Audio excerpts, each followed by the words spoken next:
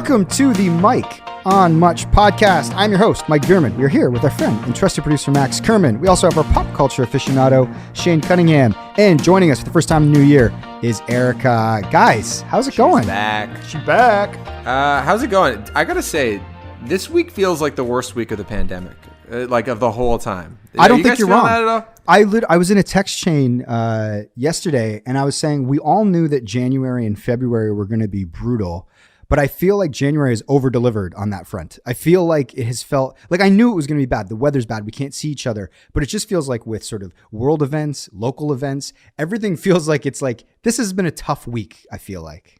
And I think everybody's going a little crazy anyway. And then, of course, with like Trump just like making everyone that much crazier. Do you know what I mean? Like that's his probably supreme skill is making people go nuts. And when people are like stuck inside of their house and the virus is worse than ever, it's just like, okay, this is like a recipe for disaster. And I know we're going to get to the Trump stuff and the NBA stuff, but it feels like this week is just like particularly dire in a way that in the past we're always like, obviously it sucks. Life isn't normal, but at least we have this to look forward to. At least this is happening. And like the thing that we thought we could look forward to, which was Joe Biden becoming the president, has everyone on edge. It's like, this is actually something that I'm almost not dreading, but the next week where it's supposed to be a time of celebration and renewal, it's like, are we about to get into a fucking war before we get out to the other side? It is just a very strange time. Yeah, I think the positive outlook, though, is that this feels like, and you never know, knock on wood, it's like it's always darkest before the dawn. It feels like this next 2-month stretch, this dip, is going to be tough. Like we said, we kind of anticipated it. But then as we start to come out and the weather starts to get better and, vaccines for the general population is sort of in sight, I think it will get better. But I do think that this stretch, I've been thinking, I've sort of, in my mind, I've called them like the breaking point months. I think for anybody that's like struggling out there and it's going to be bad as the virus, like you said, Max, gets worse and worse, like, it's just like, hold on, like put your head down and hold on for these next couple months. And I really do feel like we're going to start to come out of it as the weather gets better and we get through this stretch. But yeah, it's a tough time right now post Christmas. It's just so weird. It's just so bizarre. Yeah. Do you guys find you're immune to bad news at all or terrible, surreal events happening? Because we're kind of used to them. It's a good question. Like we become desensitized. Like it's like, totally. There was like an apparent, coup at the Capitol and we all just kind of like, it happened. And it's like another thing that happened in like a crazy year. Like if that happened 2 years ago, I think I would have almost looked at it as a 9/11-esque moment. But as is, I was just like, add it to the pile. Oh, I'm not even that surprised. I kind of thought this might happen. It's like a frog in a boiling pot. It's like they say, if you toss a frog into a boiling pot, it jumps out, right? It freaks out. But if you stick a frog in a cold pot of water and then let it boil slowly, the frog's just going to sit there until because it slowly gets worse and worse and worse, and before you know it, you're in a boiling pot. Yeah, it becomes a bathtub, and then he's like, "Oh, this kind of hurts a little bit," and then you're eating the frog. No, but you're right, Shane, in that anything in any other time that would have seemed incredibly strange or just like the bending of all the rules. Because Trump has done this every day for the last 4 years, it just doesn't seem that normal. Because as we said, like Trump does in one day what would get any other president impeached. Do you know what I mean? Like, and he's been doing that forever. So in that way, things have become like incredibly normal. So when the shit happened at the White House, on one hand, I was like, okay, well, that's kind of fucked up. On the other hand, I wasn't even surprised. And I know 5 people died. And I know it was a gong show, and you read the aftermath that there's some Congress people that were like genuinely worried for their lives. And you saw one Congressperson get COVID because she was in like a basement room with a bunch of other Republican lawmakers that refused to put on masks. And you go like, this is, on one hand, it's insanity. On the other hand, you go, yeah, obviously, like. I mean, when you look at a country like America, which has 340 million people, you expect statistically 20 to 30 million people to be completely out to lunch. That's just like generally how I think about demographics, right? Like, and I don't think it's that different than Canada. It's like, it's a massive country and 340 million people. What's 20 million of 340? I'm not a mathematician, like 8% or something like that. You're asking right? the wrong group, my friend. Okay, anyway, let's say it's 8 to 12%. If you were to get 100 random people together, you'd be like, yeah, 8 people are fucking nuts. And the way, society is kept on track is if the guy in charge is like, hey guys, we got to deal with those 8 crazy people and we're going to like handle them with kid gloves and everyone's going to behave themselves. And that's the way we're going to carry on as a society. But when the guy in charge is like going, you guys are beautiful, amazing people, and I'm with you. And then the 8 people are like, let's fucking go for it. And let alone the history of racism and everything in that country. But it's just like, it doesn't surprise me, but it doesn't make it any less sad, of course. But it's very, very fucking weird. Yeah, I don't know. Before we get to topics, it's just nice to have everybody back on the pod here. What have people been up to? I mean, I went into the office last week. I had to go in and do a little bit of work that I needed to do in person. That was a very surreal experience in and of What's itself. it like in there right now? I was saying to Shane, it's like going in on a Sunday. Like sometimes you go in on a Sunday and do some editing or get some work done, and because like the engineering people are still there, like because like obviously it's a television station, so they're still broadcasting. So they have people in engineering that need to make sure everything's running right. They have people in master control that are making sure all the shows you're seeing are running right. So there's still those people. Like it was weird, like in our like sort of like kitchenette area in our office. Like there's like a dude masked up, just like microwaving his lunch the way that he normally would, and so it's like there's moments of normalcy where you feel like you're there on a weekend, but then it's like every like wall is plastered with like COVID protocols, and you go into the bathroom and we always have CP24 on in the audio in the bathroom, and it's all talk of like the virus and the numbers are going up. So then you start to think, you feel like you're in like a weird science fiction movie, like post like extinction level event where it's like you're one of the few that survived and you go into an office and it's like, it was so bizarre because it's like everything about it was normal. Shane's desk, his basketball shoes were sitting there by his, it was exactly the same as it always had been. Yeah, they're still there. He's taking his basketball shoes. And then you sit at your desk, and once you're at your desk, then it's like normal. You start working, and it was just very, very, surreal. And then like I needed some lunch, so I went over to Ginger on Queen Street, and I was like, holy shit, like I'm going to Ginger. Like it was this mix of like, it felt awesome to be back. Like I actually was like, it made me really happy to be on Queen Street and kind of be back in an office. And then once you kind of are at your desk and looking at your computer, you kind of forget what's going on for a minute. And you're like, oh yeah, this is just what I used to do every day for, years. This is my job. So yeah, it made me think. Well, that's the part about life right now, is that it's just like there's some parts of it that feel totally normal. Yeah, you're like, oh, I'm seeing my family, or I'm going out for a walk, things I just normally do. And then there's other parts that there's just this missing piece, this large missing piece that you look around and you go, okay, yeah, things aren't the same. Yeah.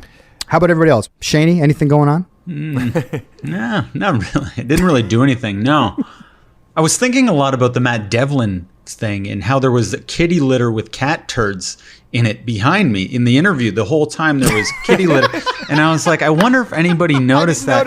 I was gonna message Erica, like, can you punch in so it's like the kitty turds aren't in it, but they're there. And I was embarrassed about that.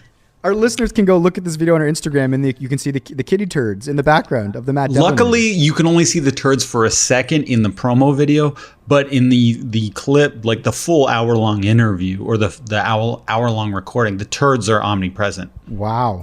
Yeah. So that's just something I was kind of cringing at thinking about. But besides that, I haven't had anything noteworthy. What about you, Erica? Yeah, no, not much new with me. I've just been sounds believable. Working, yeah. Just easing into 2021. I'll buy that. Yeah, really not much. Just lockdown round 2, I'm all right, let's get to topics. Okay, Max. What can we not cut her talk off to you? like that? This was going nowhere. Okay, we guys, can't talk to Erica for 1 second, Max. Okay, how was your weekend or since your New Year? Yeah, Max was on the sidelines too long there. That episode was so good. That last episode, you guys, was one of my favorites in a long time with our cycling enthusiast. Cycling vigilante. Cycling enthusiast. He's also that. Not as catchy of a superhero name, though. No, he was great. We need to get him back on because, his updates were good. He's a fabulous storyteller. I don't know what he does in his day-to-day, but he's a great storyteller. You know what? I saw him on the weekend, and he had another run-in at another area on Bloor Street West. What was he? Do you Now remember where he was I'm picking starting up? to think he's looking for trouble now. He absolutely is. What was it? It was very funny though. And he reads a lot of books, so he's got a good vocabulary and stuff. Yeah, he's a well-read kind of guy. Shit. We'll have to get him back on. He'll explain his latest crusade. He's a bit of a all crusader. vigilantes though are out for trouble. That's no secret, right? If you're a vigilante, that's part of the deal. All right. Well, I mean, I guess we'll slide into topics here. Maxie wants to keep it moving, and he is the producer. Yeah, we're boring Max. So we'll keep it moving. First thing, we've kind of touched on it a bit, but it's this madness that happened recently in the Capitol in the United States.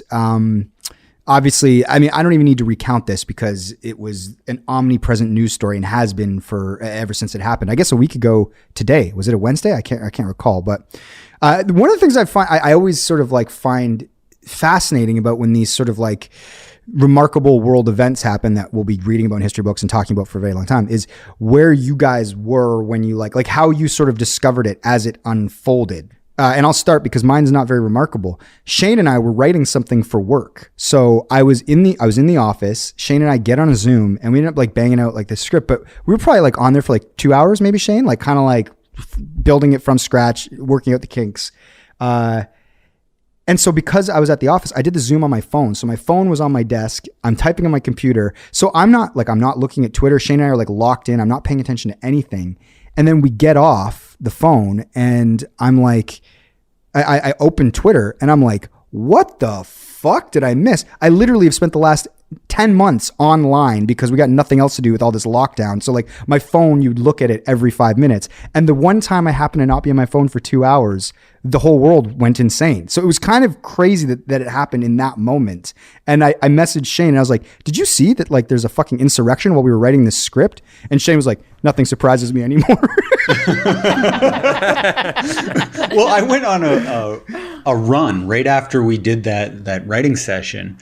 And then I come back and CNN was on and Alex is like, they're storming the Capitol. I'm like, oh man, that's so weird. And I just walked into my room and started working again. Like to me, I'm so almost like subdued when it comes to this type of stuff. I don't know how to react or how to feel, but it certainly wasn't one of those moments where I'll always remember it, where I was. It didn't have that feeling to me.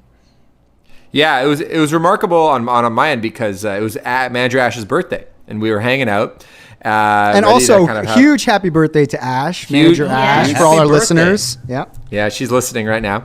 And so we had a whole fun day planned. What did we do? We went up. We walked up to Stock, which is like a fancy grocery store up at Yonge and Eglinton. I got her a gift card. Did I tell you that story about how I can't do anything myself?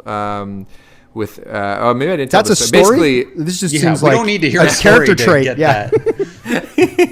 Well, basically, there's maybe in the last 6 months or so, but like 2 things I've needed to do that specifically could not include Ash's oversight, Ash's eyes, because normally I can't even really send an email without copying Ash on something because she'll know like that I fucked something up. Her favorite grocery store is Stock, which is like this very like bougie, nice place at Yonge and Eglinton, and it's like in this old post office building that's been around from like the 1840s, and they have like just like everything costs minimum $16, but it's like beautifully wrapped. It's kind of like an experience, and in COVID. A pandemic time, like going there is like the only form of entertainment that there is. If you want to go somewhere, you're like, let's go to the fancy grocery store. That's like going to be our exciting like day trip or whatever. Anyway, I go up there by myself because I jog up there. I'm like, I'm going to go for a little jog. I go pick up the gift card, come back, pop by her place, and then she was doing a load of laundry. So I was like, I'll throw some laundry in there. Throw my shit in the laundry machine, get back to my place, and I'm like, oh fuck, where did the gift card go? I'm like, fuck, I think I left it in my pants and just threw in the laundry. So of course Ash had to retrieve it. When she was throwing stuff into the dryer, she like checked the pockets. She was like, what is this? She's like, a gift card. I'm like, by the way, did you see anything in the pockets? Happy birthday. She's like, yeah. I was like, happy birthday. Yeah. So anyway, back to the story. So it was her birthday, and we're planning to pop by my folks' place. and we ran into Nick Dyka in the park. We were kind of glued to the TV because it was like CNN was on. It was like all this shit was happening. The Georgia runoff was happening. So on one hand, it was exciting because the Dems were going to get it. We were going to get elected. On the other hand, all this crazy shit's happening in Congress. We ran into Nick at Queen's Park in Toronto. He bass player for our Kels. A bass player. He hadn't been looking at his phone for like the last like 2 hours. He's like, "What's going on?" I'm like, "Have you been looking at the internet?" He's like, and he had no clue. Similar to you guys, he had like no idea what was going on. We're like, "Oh, we have a lot to catch up on." So it is kind of isn't that funny when you get to be the person to break the news to somebody, because now it's like it's sort of like it's a hard thing, and now it's a novel feeling, because in the past it would be very easy to go a full day without knowing what was going on if you didn't look at like the morning newspaper or something. But with the internet, it's a whole different story. But yeah, I will say though, as it was happening, you're like, these fucking yahoos, like these guys are so embarrassing. The aftermath of it, hearing all the stories, that's been really interesting. You see all the photos, the video. Like, is there anything that like sticks out to you guys in terms of like, you see some of like the videos of them planning what they were going to do. You also see photos of them staying between the ropes, like even though they're like taking over the Congress, they got in there, they had no plan of action whatsoever. Was there anything that you guys thought was like particularly entertaining or strange or unsettling? Well, looking at the footage and everything, it reminded me of when I was a kid. Like I had this instant. I've talked about it before. I was like 15. And I caught my mom's boyfriend cheating on her. And I committed all these like kind of vandalism-esque crimes. Like I stole my mom's boyfriend's car and drove it around and spray painted and threw out his clothes. And I filmed it all, implicating me in the crime, and then put it on the internet. So that is kind of what these people were doing with live streams. And then I was just thinking, it's so funny how you do something now that you get busted immediately. Whereas back then, it felt like I was never going to get caught, and I didn't really know what putting something on YouTube would mean for my career or anything. And it ended up getting almost 1 million views. So I was just like, oh, fuck, I've done this shit. Like I was as stupid as these people at one time, except I was just 15 years old. Well, the whole thing was very childlike. You're totally right, though. Like, where it's just like there was no organization. And I know, like, there's a whole left-right, like, the tribal warfare that goes on where it's like, well, during BLM, you guys broke some shit, too. But it's just like, sure, obviously there was, like, vandalism during BLM stuff. But it's just like there's generally some, like, level of organization when it came to the marches and the protests and, like, sort of, like, a list of demands that the people involved in BLM wanted to specifically address. With these people, it really felt like a bunch of 12-year-olds, like, at a slumber party or something. They're like, then we're going to do this, and then we're here. What's next? Like, it really felt like it was, it had that very, like, teenage angst. We have some feelings, but we have no plan of action whatsoever. Have you seen the footage of them once they broke in? There was like these ropes, these velvet ropes that are at movie theaters. So they break in, but they stayed within the confines of the velvet ropes because they were scared. And they're also excited to be there. They were just taking, of course, like, videos and stuff. Well, they didn't think. I think the whole plan was, let's see if we can get in there. I don't think they got beyond what are we going to do once we get in there. Then it just became a photo shoot for Instagram. It's true. Mm-hmm. Well, it's so fascinating because now we're seeing over the sort of these last few days, and it was kind of insane how none of those people were arrested on the ground. You know what I mean? And in these other protests and marches that happened in the summer, like you said, Max, for BLM or sort of marching in the name of George Floyd or whatever. It's like so many people got arrested or sort of like assaulted by the police. And then in this situation, it's kind of like they just kind of like got, like a sheep herding or something, just like cattle kind of getting pushed along. And then they all walked away. I think there was like something like, it was a very small number of arrests day of. Now the FBI is involved. They're going back. They're finding all these people that posted on the internet, and they're kind of going around the country. They're all on no-fly lists. So somebody put together a really funny like internet thing where somebody imitated Ray Liotta from Goodfellas, where it's like everybody's getting like pinched, and they have like the song by Eric Clapton, and it's like and that's when like Mickey 2 Feet on the Desk got pinched, and it shows them all getting arrested on airplanes and stuff as the music plays. It's very, very, very, very funny. Well, this is the thing that I struggle with, because like on one hand, like it is very serious, right? Like, you know, you can't just be taking over a government building. On the other hand, you go, well, people shouldn't be congregating at the office anyway, so everyone's working from home. These people are fucking losers and are getting arrested for it. Like there aren't any like real consequences. Like you know, you see sort of like insurrections and government takeovers happen in other places, and there's like, you know, militia with like guns and like, you know, a real calculated effort. And you're like, okay, that seems scary. Like, I don't feel that scared for America about a bunch of idiots taking over Congress. Should I be more worried, or do you guys share that sentiment that it's just like this is all kind of like buffoonery happening?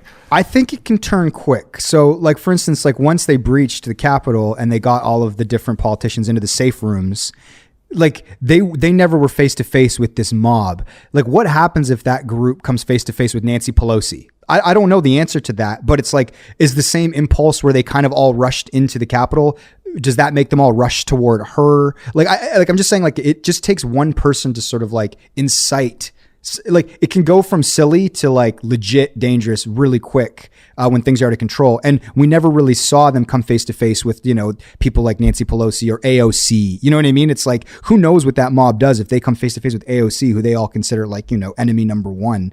That's where it gets weird. And it only takes one person to be insane enough to like physically, you know, hurt somebody. So it's like, I think it seems silly because, I mean, obviously 5 people died. We know that. But for the majority, we saw those goofy photos of the guy carrying the, you know, the lectern and the dude with his feet up in Pelosi's office. Like all of that hilarious, like, it, you know, like Shane said, they were doing it for the gram. Like that shit. And apparently Trump, I'd read, I think it was like the Times piece by Maggie Haberman, that like Trump at first was like, this is awesome. Like my people are marching for me. And then once all those photos started to come out, he started to get embarrassed because he thought it looked low class. And it's like, what did Trump think that it was going to look like? Like they were going to be decked out in like black military gear and super organized. Like, of course they look like a bunch of fucking idiots at a barbecue who have had too many beers. Like, it's just like everything's a show for the people. And this was just another show that obviously didn't, I think he's been, now that we're seeing like Bob, like as we're talking, they're voting on whether or not to impeach him, I believe. But it's like, yeah, to put a timestamp on this, what it is Wednesday at 3:30. By the way, if you're listening, whenever this comes out, so things obviously could be changing because they're voting to impeach him right now. A bunch of senators are standing up. I got the TV on. I don't know. And as far as that timestamp goes, if you are Shane and I's boss, it is Wednesday at 7 p.m. No. Yes. Erica, how did you hear about the insurrection? Very boringly, like just saw photos starting to come up online. So then we turned on CNN and saw what was happening, but like same sort of vibe. Like at first it wasn't like seeing those images at first were very jarring. And like I agree now, Max, that like, yeah, in hindsight, it seemed very like 12-year-old boys at camp, like, let's go like rile this up. But at the time it was kind of scary because like you guys said, like it only takes one person to show up with like a horrific weapon or something, you know what I mean? Like those things can turn very quick. And like, especially with that amount of people, you're like, when is this going to end? Like, is this going to end at 6 p.m.? Like it was going to go on until for many days, like who knows, right? So it was kind of scary, I feel like when I was watching it, but yeah, like the following day and stuff and like the aftermath. And like, even now we're only 1 week out and it's just kind of like, yeah, that was a thing that happened. But I feel like it will be a very, difficult thing to like Shane and Mike like one day explain to your kids like when they come home when they're like 11 or 12 and like they're like, oh yeah, like, oh, we learned about like the insurrection today, like what happened with that, like, you know, like you're gonna be like, wow, like it's gonna just be so complicated. And they're gonna be like, why was that guy wearing horns, like who was that, and like what do the horns mean, and like why were some of them wearing masks and some of them weren't, and like wait, COVID was happening while this was happening. And then like it's gonna just be, there's so many layers to it all, and like it's like it kind of is just a very complicated sort of ending to all of this Trump madness. But yeah, it'll be a complicated one, I feel like, to explain to your kids. Well, you hear about this kind of stuff happening with like the year 1968 kind of comes to mind because 2 assassinations. Like 2 assassinations, just like America, like Vietnam, like so much stuff was happening. Yeah, so when you explain 1968 to people, you're like, okay, so who? Robert Kennedy? No. Yeah, Bobby Kennedy. Yeah, Bobby Kennedy passed. And Martin Luther King Jr. Martin Luther King. Vietnam was happening. What Beatles record came out that year? The White Album. The White Album came out. Okay. Not that that's important. But yeah, it's... well, actually, because then Charles Manson was influenced by the White Album, but I don't know when the Manson murders took place. That might have been the next year. I think I was 69. Yeah. But yeah, no, it's like for historical reference, that's a good point. Like we do have these moments kind of in somewhat modern history where we do think back on them and they become seminal moments in history classes. This stretch will be that. It'll be very interesting to see how history looks back on it.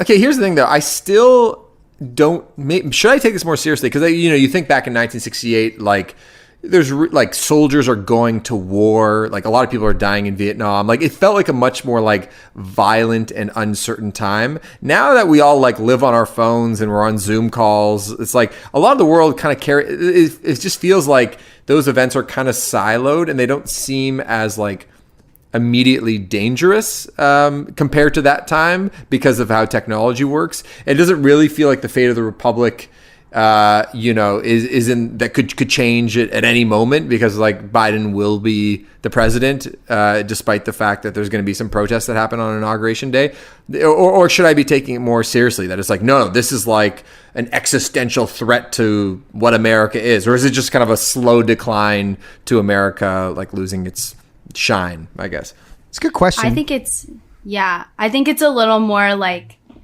scary maybe than what you may be chalking it up to. I would compare it to almost to like bullying. Like back in the day, pre-internet, bullying was just like in your face. Kids were shoving people in lockers and stuff.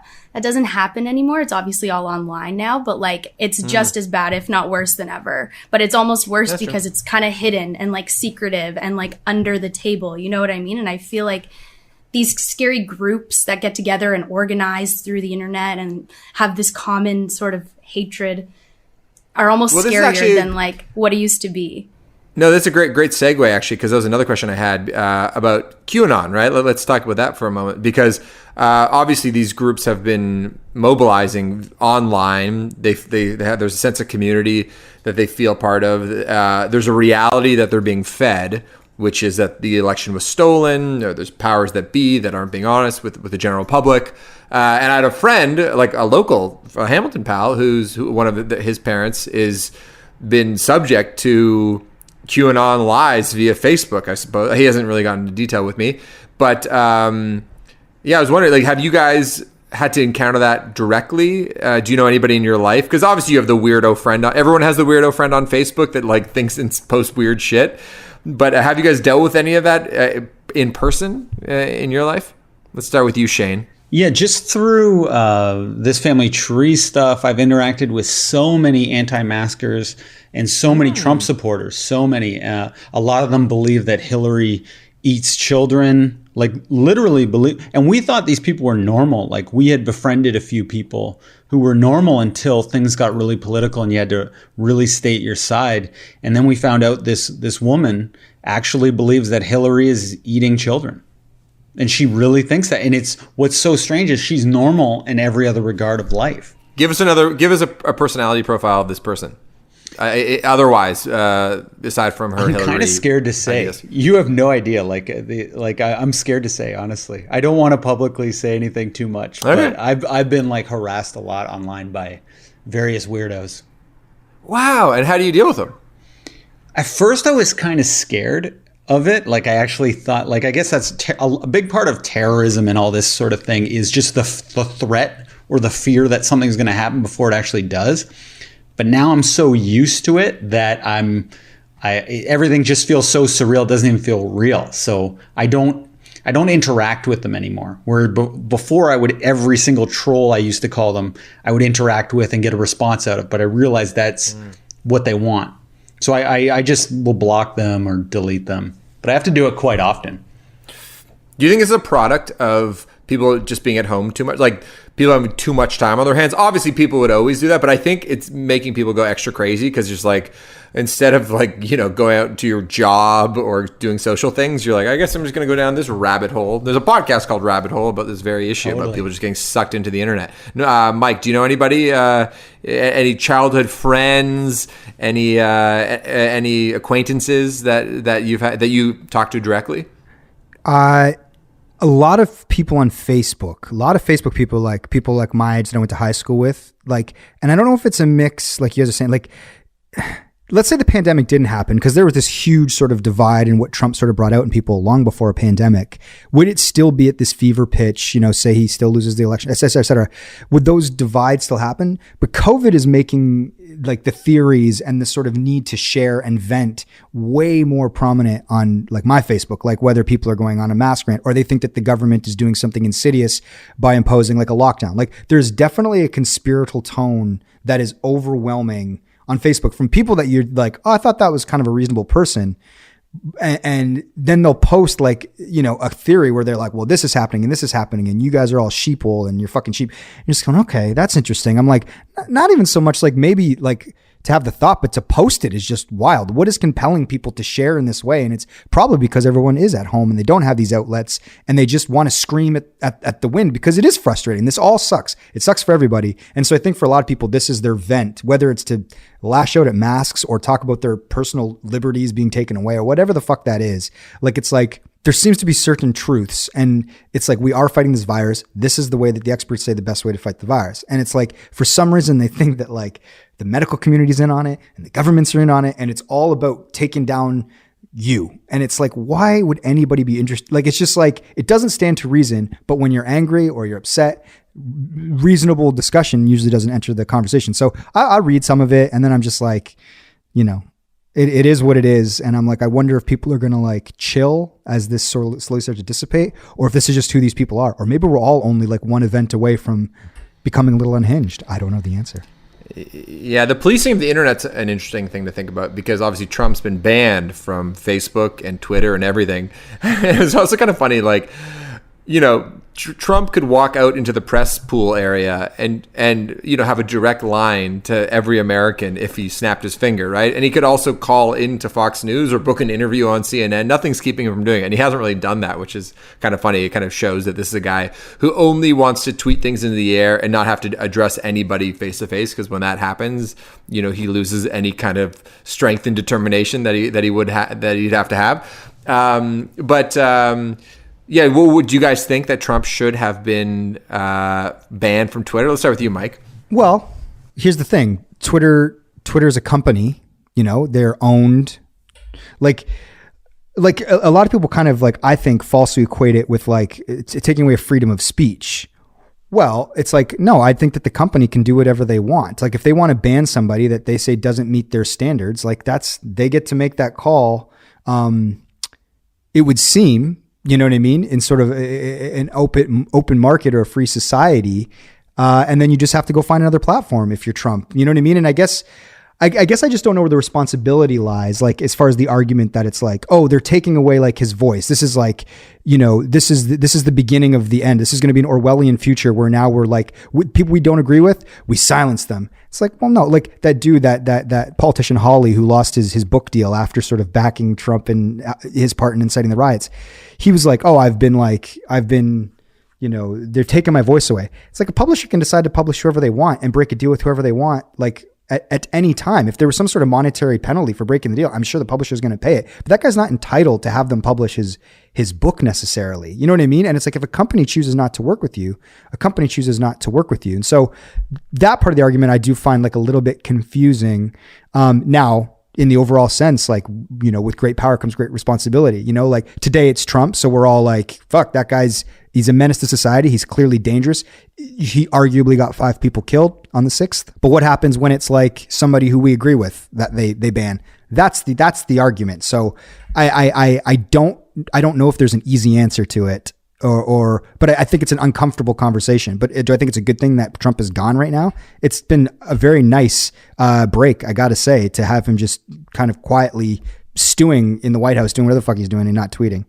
Yeah, so I wish I had a more definitive answer, but I think it's just more of it's a sprawling conversation with nuance, more so than just Twitter should ban him or they should let him speak and all that business. Shaney, what are your thoughts? Yeah, it all comes down to majority, what the majority thinks. And I think the majority of people wanted Trump gone, and Twitter felt the pressure of stockholders and advertising, and they just do that. And then once other social media platforms see that Twitter made that precedent, everyone else falls in line or else they're next on the chopping block from what the people think. And then they'll start banning those platforms. So it's all financially motivated. It's so for the company, I think it's a wise move.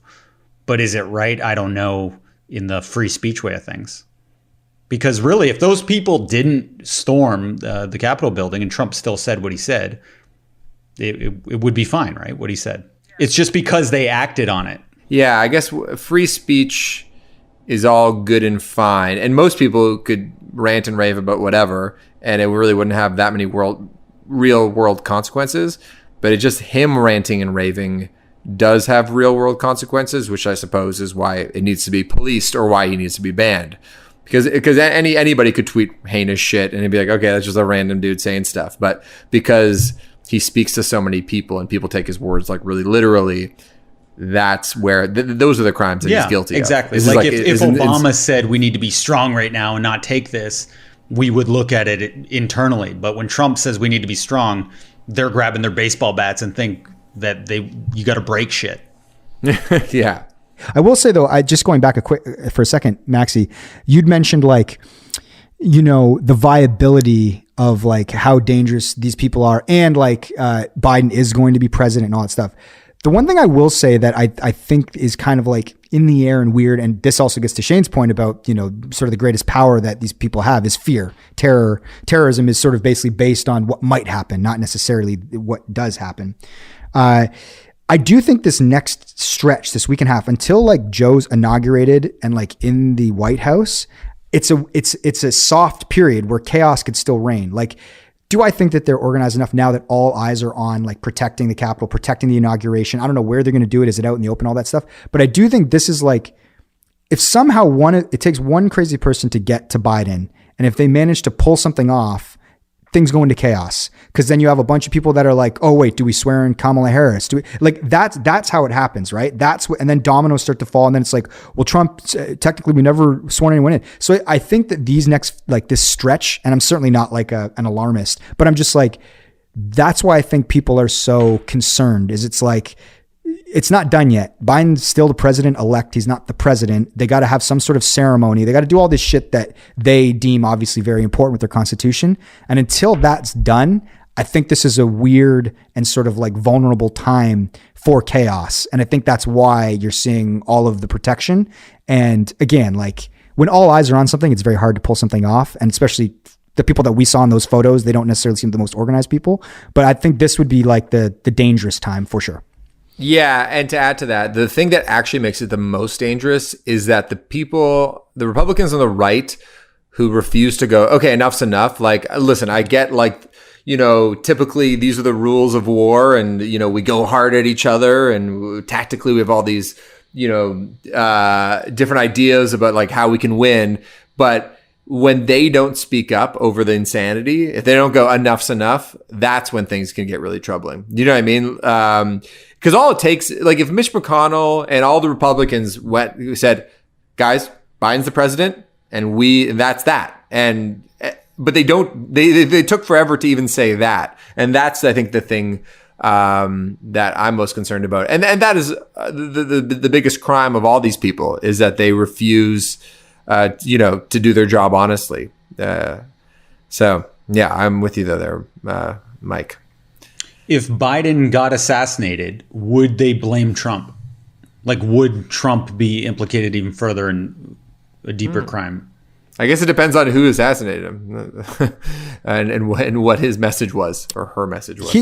I think the narrative, like middle left, would be that Trump has blood on his hands, that this doesn't happen if Trump just accepts the election results and doesn't spend the next month and a half, whipping his base into a frenzy saying that it was stolen and all that with no evidence. Like everything that he's done, that sort of history will look back on as insane.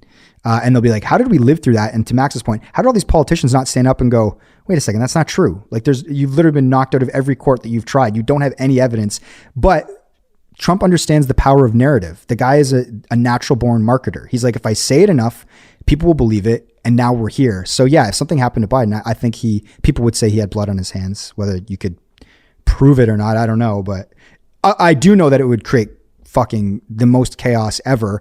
And once things are in chaos, who knows how the hell it all works? It goes. Well, guys, should we move on to the NBA? Yes. Again, hopefully we'll have this podcast out by tomorrow. Erica, you think we'll have this out by tomorrow? Tonight? What are you thinking? Yeah, I can hit it tonight. Yeah, I feel like we're in such timely times where, it's like we can't lose a day. Things become old news very quick.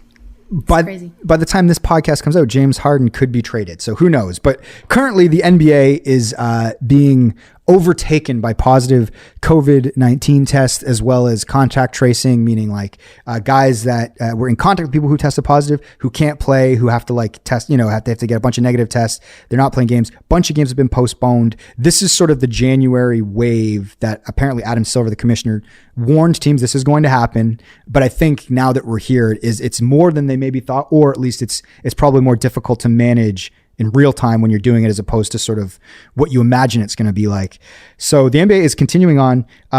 Another storyline in the NBA is that Kyrie Irving, who is sort of a very eccentric player for the Brooklyn Nets, decided to stop going to work last week. He basically, when this originally happened, they basically said Kyrie Irving is out for personal reasons.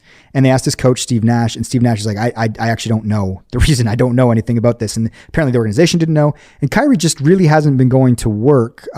Nobody knows. Maybe at the highest level of the Brooklyn Nets, they know. But last night, as a Nets game was tipping off, he showed up on a Zoom for a politician in New York City. So he was caught on video partying at his sister's 30th birthday party, I think in Newark or something. Anyway, it's Kyrie's kind of he's been seen in places that aren't his job, while not giving a reason that we know of why he's not going to his job. So the NBA, we've already talked about James Harden doing this, but what were your thoughts when you saw the Kyrie stuff, Max?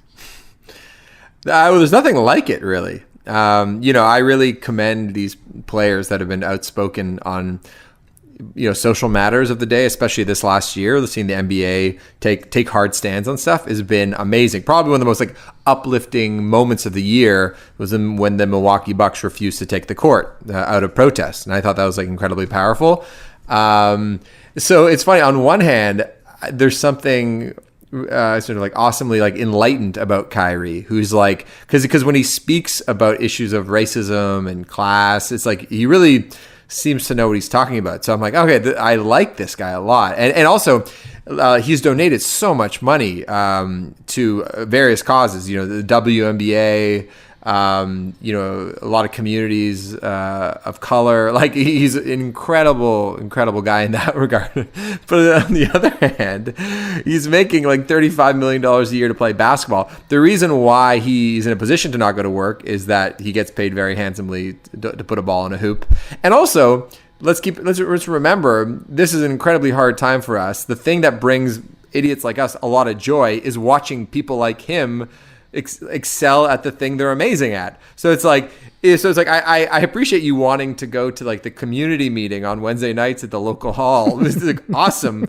But also there's a lot of people that could probably do that. Not everybody can do a crazy crossover and pull up from 40 feet and hit a three with his eyes closed. I'm that would also be really helpful if we're talking about what difference you can bring to your community. So I think the short answer is that as good as his intentions are, I guess this is a long answer. As good as his intentions are, I think he's kind of missing the point because he's I don't think completely aware of what a position of privilege he is in and how he ought to respect that as well, which is him being paid very handsomely to play basketball. Shane, what do you think?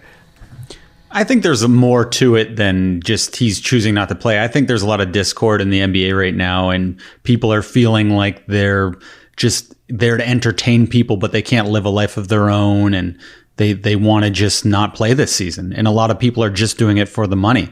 I was just looking at a post with, what's his name? What's the guy who used to play for the Raptors? Tracy McGrady? Not Tracy McGrady. No, the other guy who's like Tracy McGrady, but not. Tracy Murray? No, fuck, his name's not even Tracy. Oh, but he just did an Instagram post where he was just saying it's all about the money right now. That's the only reason players are playing. And I love the idea. I love the idea of fuck you money. And so it's such a fantasy just to not do anything and do what you want. So in a way, I love it. I don't know the full story. I can guarantee you it's not just that he doesn't want to play. I think there's unfair things going on within the NBA that aren't fully known right now. Well, I was gonna say it's interesting because George Hill came out and said basically it's like because of these rising COVID cases that have hit the NBA player pool, they've instituted a bunch of more restrictions. To Shane's point, it's like they no longer can have like a guest in the hotel room in different cities. They aren't allowed to leave their houses at home. So it's almost like bubble restrictions, but in real life. And this is just, I guess, something they're allowed to impose on them because of the arrangement with the players union, et cetera, et cetera. But George Hill came out and he basically said, he's a player for the Oklahoma City Thunder. He goes, listen, he's like, I'm not going to not see my family. No one can stop me from doing what I'm going to do. He goes, and if it's an issue, then maybe we shouldn't be playing. So that's an interesting statement because it's like, I get where he's coming from. But the thing is, like, the players voted to play because if they don't, they're not going to get that money. So Kyrie Irving can afford to not get some checks. Like Max said, he makes like around $40 million a year, $35 to $40 million a year, something like that. It's like, there's other guys on the lower end of the spectrum that kind of need to play in order to like pay for their lifestyle, pay for the families, whatever it is they have going on. And so the equation is kind of simple. Like, yes, it is entertainment. Do we need it? Probably not. But at the end of the day, like the whole thing, the owners, the TV partners, the players who are the employees, like they've agreed to come together and do this undertaking because at the end of the day, they do want to keep their money. Just like I'm sure there's people that don't want to be going to Shoppers Drug Mart and working at the pharmacy right now. They want to be staying home or whatever it is that your day job is. It's like people don't want to do it, but they do it because they need to get the money. So now the players make a lot of money. So you'd think, hey, if they have to shut it down, they can shut it down. But the reason they agreed to do it is because they want to keep the checks coming in. And so that's the trade-off. That's the bargain. That's kind of the deal that they're in right now. And so when you get guys here and there being like Kyrie just being like, hey, this is getting crazy, I'm not showing up anymore. It's like, that's fine. But then like you would think though, that per the arrangement, you'd have to opt out of the money at that point. And I agree with you, Max. Like I think Kyrie does a bunch of amazing social stuff. He also says some pretty zany things. You know, people like to laugh at Kyrie, but he does some great things. I don't know if this is like a silent protest against these like draconian measures that they have, Shane, like the restrictions that they have. I don't know if he's just having an off like mental week. Who knows? He hasn't said, right? But I think like at its very base, it's like guys agreed to play this season, you know, and if Kyrie didn't want to, he could have sat it out. I think that's the thing that kind of bothers me a little bit about it. It's like, yeah, I love fuck you money. I love not having to do what you don't want to do. Kyrie Irving's at the top of his sport. If he doesn't want to play a season, great. But it's like, I'd rather that money go back into the salary cap to pay 2-3 other guys $6 million a season, guys from the G League or whatever it is. Okay, that's where it feels a little like, I don't know, disrespectful or something. Because it's like, okay, we don't know if Kyrie's going to keep the money or not, or going to get the money, do we? He's been paid up to this point until the video of him dancing at his sister's birthday party. And then now the league's now looking into it. And it'll be like the Harden thing where he was at the club.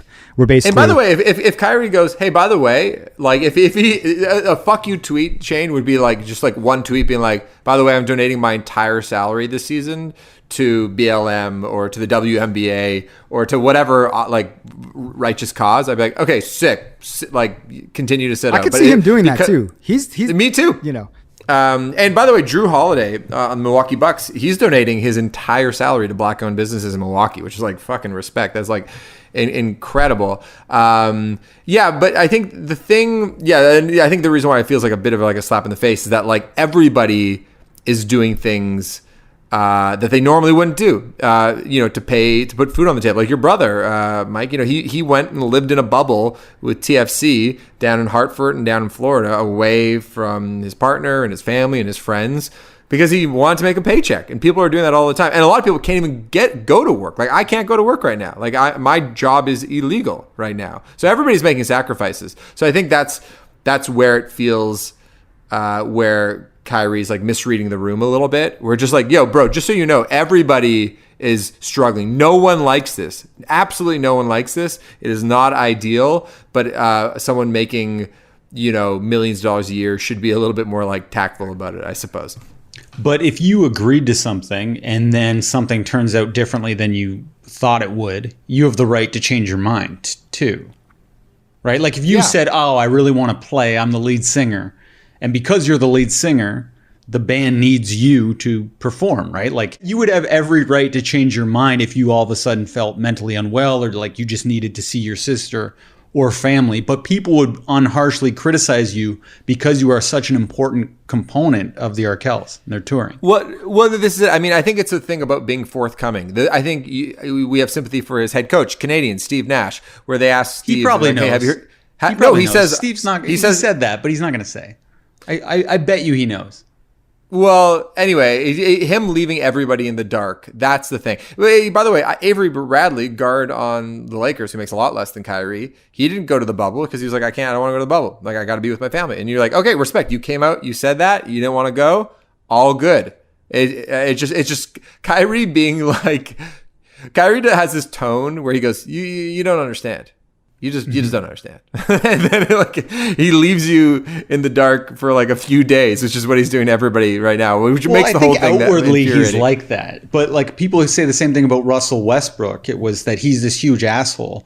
And then all of his teammates were like, he's actually not an asshole at all. He's one of the nicest guys. Now the narrative has changed. He's like the best teammate to be a part of. And I think things could be going on like that with Kyrie, and then next year it'll be revealed that he's some like altruistic, generous dude who's very thoughtful. My thing with Kyrie that I've always found fascinating with him is it's like he seems to have like a real disdain for the construct of the NBA, like the show, like the performative aspect, where he's like, you know, it's like, you just got to let people like hoop, like just let us do our thing. Like all this like gossipy bullshit. He's said over the past, you know, like year at different times, he's sort of like, he's put on Instagram, like, you know, don't fall for the narratives and all that stuff. And he has like a real sort of disdain for like the carnival aspect, the entertainment aspect of the thing. He just wants to show up and hoop.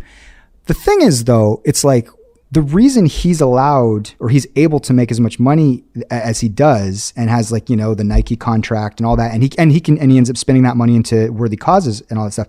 But the reason that like the construct that he despises so much is the thing that allows him to exist the way that he exists. So it's like, it almost comes off almost as like a contempt for fans, but it's like, Kyrie, but don't you realize that like you joined the circus and this is just a part of the circus, and he kind of wants to exist in this very pure area where he's like, no, I'm an artist. It's like, and I'm not about this circus life. It's like, yeah, but like NBA Twitter and the memes and all like guys like LeBron have always understood this aspect of the job. It's not just about putting the ball in the hoop. So for Kyrie, who's like a very sensitive and sort of like seemingly sort of like a nuanced guy, it's like it's kind of like he wants it both ways. He's like, I'm an artist, let me cook. I don't want all this other bullshit. It's like, yeah, but dude, you don't get the 35 mil without the other bullshit. That the carnival's the thing that raises the prices. It gets people excited. It's like, it's a stars league and you're a star. Otherwise, you know what I mean? It's like, yeah, it's the same thing about like an actor or musician who's like, no, like stop bothering me. Like I'm about the craft, and then like don't take pictures of me or something like that. I'm like, it's like, well, you kind of signed up to be a famous person, like, or the reason why. Not necessarily though. It's like Marshawn Lynch when he wasn't talking to the press. Everyone thought that was kind of awesome in a way, how he wasn't playing by the rules, and it elevated his fame in a way. Remind me what happened with Marshawn Lynch is a famous football player. I remember. Yeah. So when instead of being interviewed, which is mandated by the league, where you have to conduct at least like a 30-second to 2-minute interview after a game, he would just say, I'm only here so I don't get fined. And he would just repeat that over and over and over again. And he would never give any information about his life. So he was... Well, at least he played the game. At least he played in the game. Yeah. Yeah, but I think Kyrie does play the game, and he like the game itself, and he plays it better. And in a way, this makes the NBA more exciting because it's another storyline that the NBA loves. And this has become a huge Twitter thing. And he's such a fascinating dude. Like at one point, he was saying that he was a flat earther. Oh yeah. In a weird way that people believed it, yet he was kind of fucking with people. And I still don't know if he was serious and then changed his mind because he was embarrassed. Like he's that odd that I find he's more interesting than if he was playing the game. He's playing the game more by not playing the game than if he was actually playing it. Does that make sense? Yeah, it feeds into by not wanting to be a part of the carnival, he becomes the main attraction of the carnival. 100%. Like I would not know who Marshawn Lynch was if he didn't pull that shit. Yeah. Russell Westbrook and his angry, demonstrative ways, I probably wouldn't know who he was if he wasn't that way. Yeah, it is an interesting thing, like the whole like ecosystem of like the reporters that report on these things, the pundits that talk about it on TV, guys like us that are talking about it on a podcast, the fans that are, you know, in our little basketball groups and stuff. Like we eat this shit up, we debate it. It becomes like this whole ecosystem that drives revenue and excitement. And I guess that's the thing where it's like, on its face, you go, like Kyrie, like, yeah, maybe you don't need this ecosystem of press to help lift you up, but like the 8th guy on the bench is going to get a feature and he's going to get an Osmos shawarma commercial, and then all of the guys eat, not metaphorically and literally. Discounted at Osmos. With a great discount.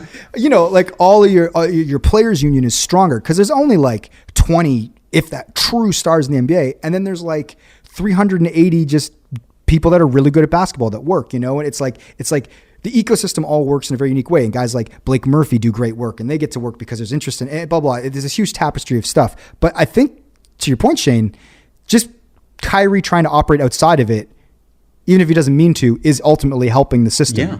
Well, I think about guys like Dame Lillard, and is his name CJ McCollum? Yeah. Is that his name? Yeah. Well, they're so good, but they're almost so boring and so playing the game. You forget that they're superstars. Like CJ just became on my radar in the last year, and he's been great for many years. But he's probably the most boring, great player ever to play.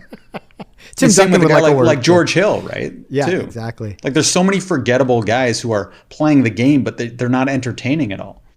Well, guys, this has been like a sprawling convo. We're over an hour. Max, should we just get to Shane's surprise, or do we want to hit the third topic? Okay. No, let's get Shane's surprise. Okay, this is another sports topic here. Tiger Woods documentary. Has anyone seen it? It's part 1.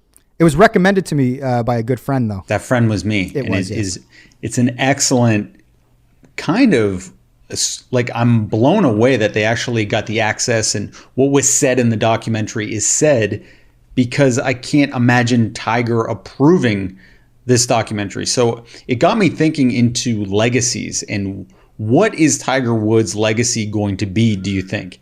Is it going to be that he was the best golfer and all of his sexual exploits are going to be forgotten? Or is it going to be both? Or is it just going to be that he was a real hound? Okay, good question, because I just got a book sent to me, actually, in the mail, which by our friend Sean Menard. Sorry, I'm breaking in with breaking news. James Harden was just traded to the Brooklyn Nets. Whoa! So Kyrie will probably come back to work now. Is Kyrie traded to Houston? I don't think he's going the other way. I cannot believe that Philly wouldn't match the price, though. Wow. Yeah. So Brooklyn is acquiring Houston's James Harden. Damn it! Our division just got insane. Like the Nets now have Kevin Durant, James Harden, and ostensibly Kyrie. They haven't said who's going back from Brooklyn, so it could be Kyrie. How wild would that be? I hope it's Kyrie. I hope Kyrie's on his way to Houston. That'd be sick. Because he wanted to go to Brooklyn. Like his whole thing was like he signed with Boston, got run out of town there.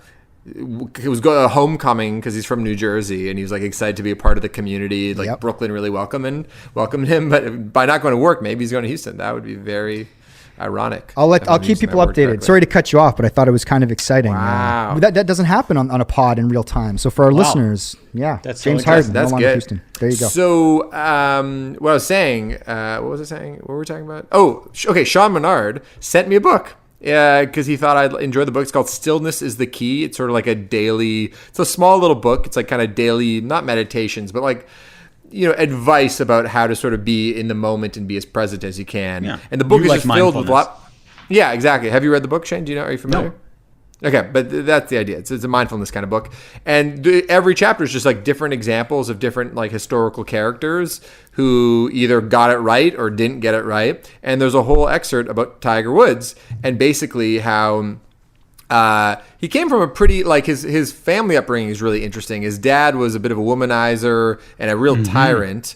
And so even though it led to a lot of discipline in the world of golf, which made Tiger so amazing, it also probably left him a little void when it came to personal relationships. And then you see how he was just sort of like, chasing after women and fame and forgetting the things that are truly important to you, et cetera, which obviously led to his demise.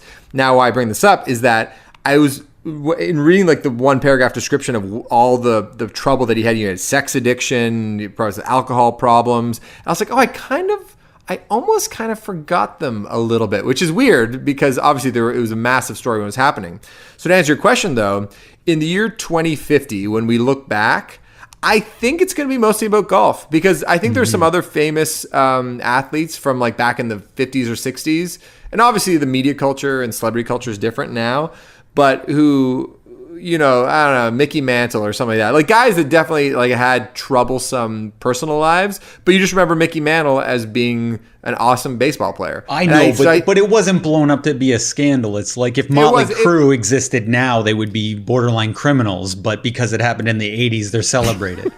Yeah, I know what you're saying, but I do think that like people are going, like they're going to be like, oh yeah, he had that incident back in back in 2015. That was a weird time. But he did come back and he won another Masters. That was pretty crazy. He did that. Like the redemption story, I think, is what people want to remember the most. And so I think that will supersede any of the bad stuff. That's my guess. It is very cool in the movie. It shows how he gets into, I don't want to say too much. I know this would annoy the hell out of Mike, but it just gets into how he gets into his mental state.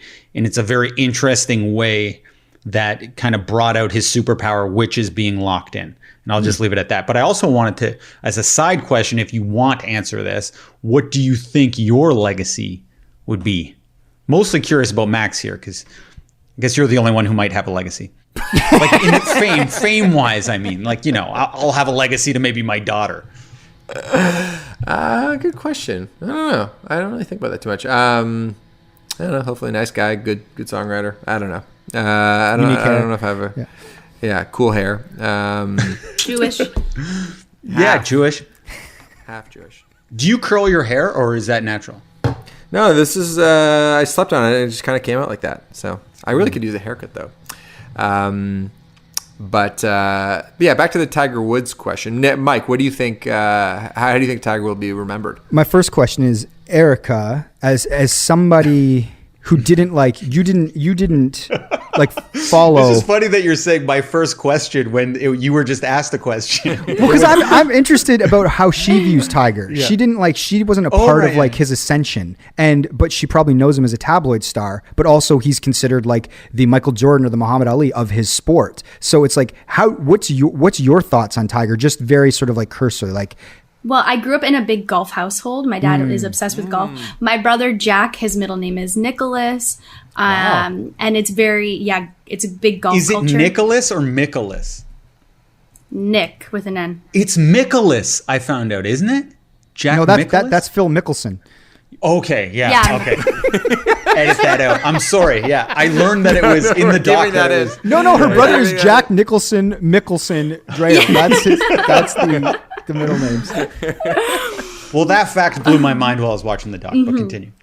So my dad's a big golf guy. He idolizes Tiger, kind of always has. Obviously was not a big fan of the scandal. So when you say like, what will his legacy be? It's interesting because I think there will be two types of people. There will be people like my dad who kind of like, it was a blip in the thing. And then there will be people like my mom who fucking hate him because of the scandal. She thinks he's like human trash fire.